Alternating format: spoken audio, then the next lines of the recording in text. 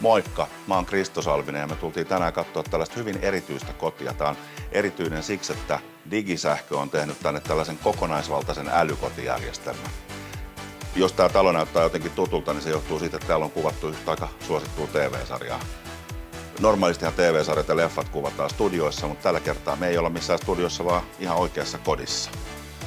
Tässä talossa ei ole kyllä tehty asioita puolivillaisesti. Rakentamisessa on ollut ihan uskomaton tarkkuus.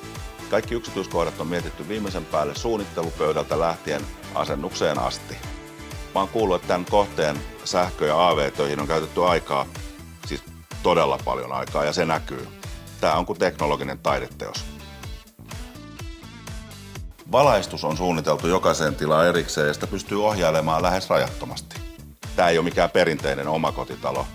Tässä puhutaan laajasta automaatiosta. Valaistus, lämmitys, turvajärjestelmät, portit, äänentoisto. Kaikki toimii sulavasti yhteen. Ja se, mikä tekee Digisähköstä erityisen, on kokonaisvaltainen palvelu. Kaikki tulee samasta firmasta. Sähkösuunnittelu, sähköurakointi, äänentoisto, kotiteatterit, lämmitys, turvajärjestelmät, koko paketti. Kilpailijoilla nämä tehdään usein alihankkijoilla, mutta Digisähköllä homma pysyy omissa käsissä alusta loppuun ja tiedättekö mitä, niin se kyllä näkyy. Sekä työn jäljessä että siinä luottamuksessa, että tiedät mistä maksat. Tässä kodissa yhdistyy teknologia ja tunne, se ei ole pelkkä älykoti.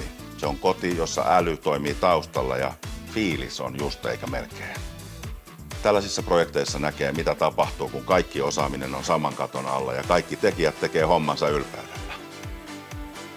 Jos harkitset älykotia, kannattaa valita kumppani, joka hoitaa kaiken suunnittelusta viimeiseen valokatkaisijaan saman katon alta. Tässä pelissä on oikeastaan vain yksi nimi ja se on Digisähkö.